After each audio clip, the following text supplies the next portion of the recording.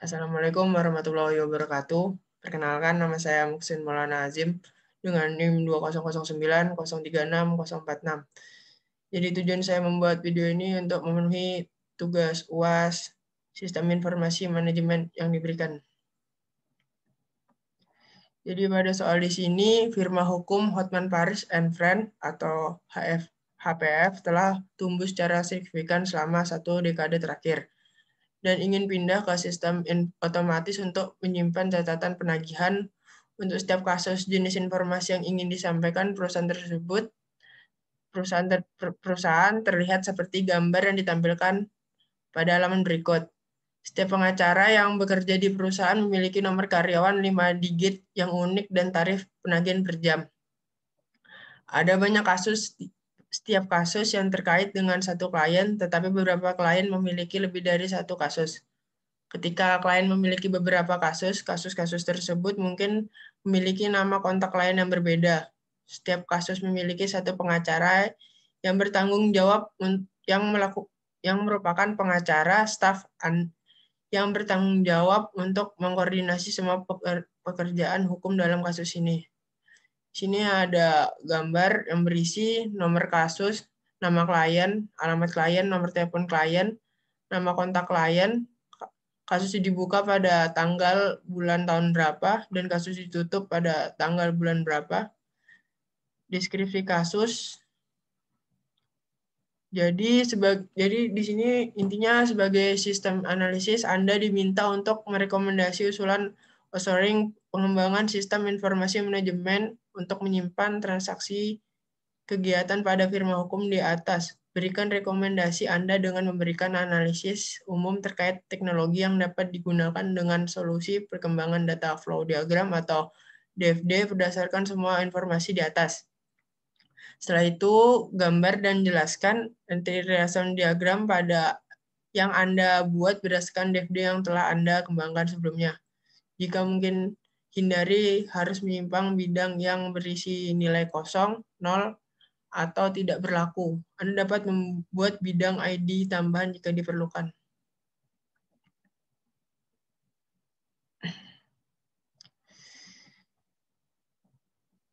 Jadi yang pertama di sini DFD, bisa dilihat pada gambar di samping. Jadi tahapan analisis diagram DFD yang dilakukan, pertama-tama kita mulai dengan login terlebih dahulu.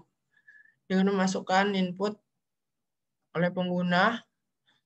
Setelah itu pengguna melakukan konfirmasi login dan dapat dilanjutkan melalui administrasi untuk pengelolaan data.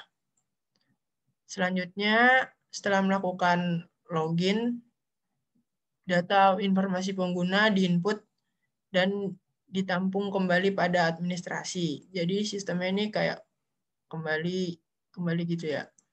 Data pengguna berupa informasi dan data pekerja diinput menghasilkan data kasus. Lalu hasil input tersebut dikelola kembali pada administrasi. Yang ini juga kembali ke administrasi. Lalu data diinput kembali pada informasi klien dan diteruskan pada administrasi dalam bentuk informasi data klien. Selanjutnya data diinput ke pengacara di bagian administrasi, kemudian di sini menghasilkan sebuah output informasi laporan pada administrasi dan laporan tersebut dicetak. Lalu input berupa data pengguna, data kasus, dan data klien, serta data pengacara yang telah diinput tadi, yang diinput oleh administrasi tadi, menghasilkan sebuah laporan yang pada gambar ini paling bawah kita berikan ke pengacara atau ke Pak Hotman itu ya. Selanjutnya untuk EFD-nya di sini bisa dilihat di sini ada 3 bagian. Yang pertama ada bagian kasus, pengacara, dan klien. Pada klien ini berisi beberapa bagian ya. Bisa dilihat di sini ada ID klien, nama klien, jenis kelamin klien, serta alamat klien. dan nomor telepon klien. Selanjutnya pada bagian kasus, di sini juga terdapat beberapa bagian. Bisa dilihat yang berisi tanggal, nomor kasus, serta deskripsi kasus. Oh, dan terakhir nih status kasus.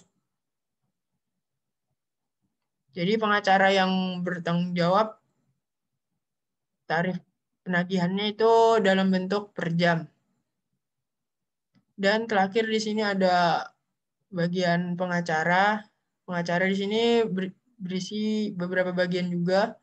Ada nomor karyawan, nama, jenis kelamin, alamat, dan nomor telepon. Jadi semua data yang tertera pada masing-masing bagian tadi dikelola oleh admin yang ya, berada pada bagian tengahnya ini admin. Dan data tersebut dihimpun dan diklarifikasi berdasarkan informasinya. Sekian dari saya. Jika banyak salah kata mohon dimaafkan. Assalamualaikum warahmatullahi wabarakatuh.